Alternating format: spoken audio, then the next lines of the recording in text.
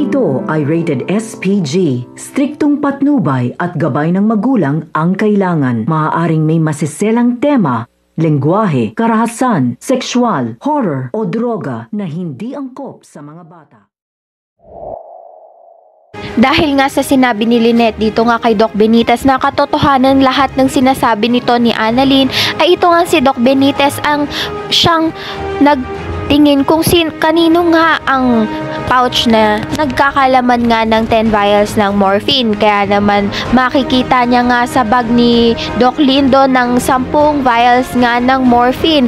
At totoo nga lahat ng sinasabi nito ni Annalyn, kaya naman ipinatawag niya agad itong si Doc Lyndon upang kumpirmahin nga na siya nga ang gumagamit ng morphine. Sa kabilang banda naman nga, nabuksan na nga ang cellphone na binentahan nga nito ni Josa, kaya naman tinawagan nga itong si Lynette at sabihin nga raw kay Josa na nabuksan na nga raw ang cellphone at mukhang hindi nga talaga kay Cromwell ito. At dito nga'y malalapit na ngang malaman kung ano nga talaga ang katotohanan at malalaman na nga rin kung sino nga ang tunay na tumulak nga kay Doc Tanyag.